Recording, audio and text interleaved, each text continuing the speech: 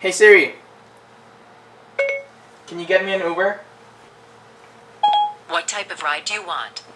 Uber X. Uber can get you an Uber X in 3 minutes. Do you want to request it? It's getting easier and easier to get around these days. With ride-sharing apps like Uber and Grab available, your next destination is only one tap away. But recently, ride-sharing has come under fire from the LTFRB. And on July 26, they're cutting down unregistered Uber and Grab vehicles, leaving only 10% of them on the road. While I don't really want to discuss the politics of this whole situation, it begs the question, what are our other alternatives to Uber and Grab? There's the classic alternative that has been around for decades, taxis. But can you get the same experience from an Uber and a taxi? We're gonna put this to the test by riding a cab and an Uber and comparing our experiences. We started off by picking 2 locations and using those as our point A and point B. We'd take a cab going to point B, then take an Uber going back to point A. There were 3 of us in our group. Chewy, the one who's ridden a lot of different public transport. Oh, we're gonna ride a taxi there in the middle of Sham. So yeah, I hope we can get one without being rejected. Me, who's only ridden a taxi a few times and mostly rides Ubers. And David, who's never ridden an Uber in his life. I'm a friend. I'd say we have a pretty good range of different experiences and expectations. The first part of this comparison is getting a ride. So there's a taxi stand. Don't think this is gonna be too difficult. For the taxi, we had to go to a stand which we thought we were lining up for. Kuya, nasaan po yung taxi? Taxi? Ba? Mana? Ano yung nanap mo? Taxi ba? Taxi stand? Yung stand. But was at the wrong place. Our fault. We walked to the taxi queue, went up to the first cab we saw, and asked the driver if he knew where to go. He did, and we were off. For the Uber, I just opened my Uber app and got an Uber X right where I was standing. Easy. We rated each aspect from 1 to 5 stars. This is what we came up with.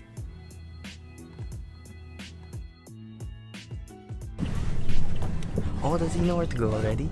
Yeah. Oh, cool! The second part is cleanliness and maintenance. Here we checked out how the interior of the car looked like and all that stuff.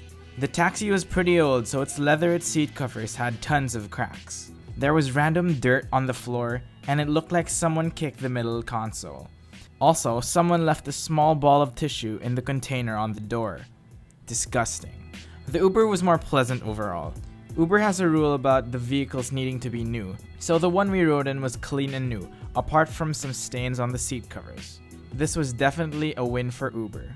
Here's what we gave it. Third, we come down to the smell.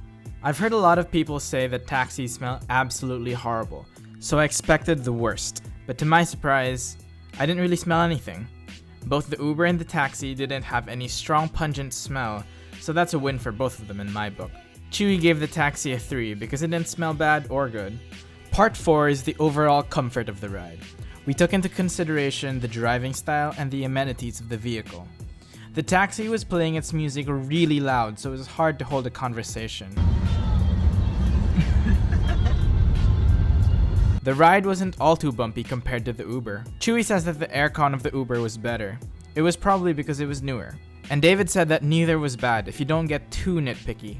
He's got a point. They really weren't all too different. Next is price.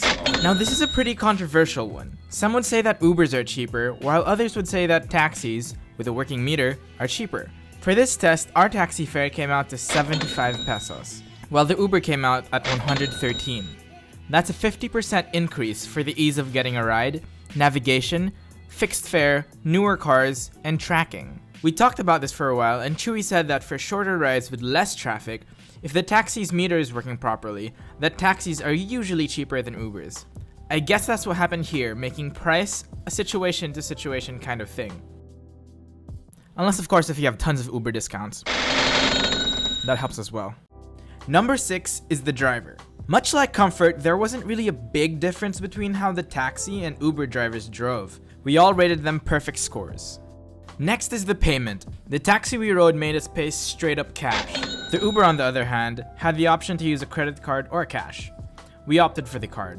It was quick, easy, and efficient. We got to our destination, thanked the driver, and we're off. Done. I think the Uber won this round. And lastly, the travel time. The taxi took us to point B in 12 minutes. The Uber, on the other hand, brought us back to point A in 13 minutes. We thought that the 1 minute difference was negligible enough, so we rated both perfect scores across the board. And now for the overall score. Here's what it was.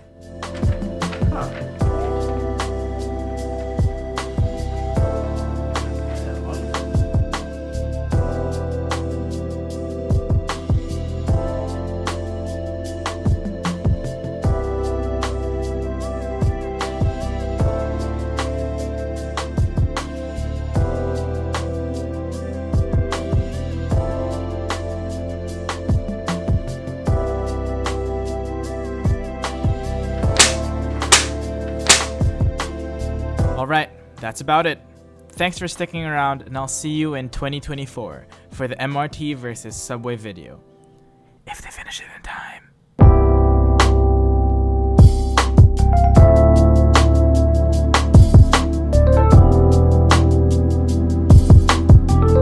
Because it's really near.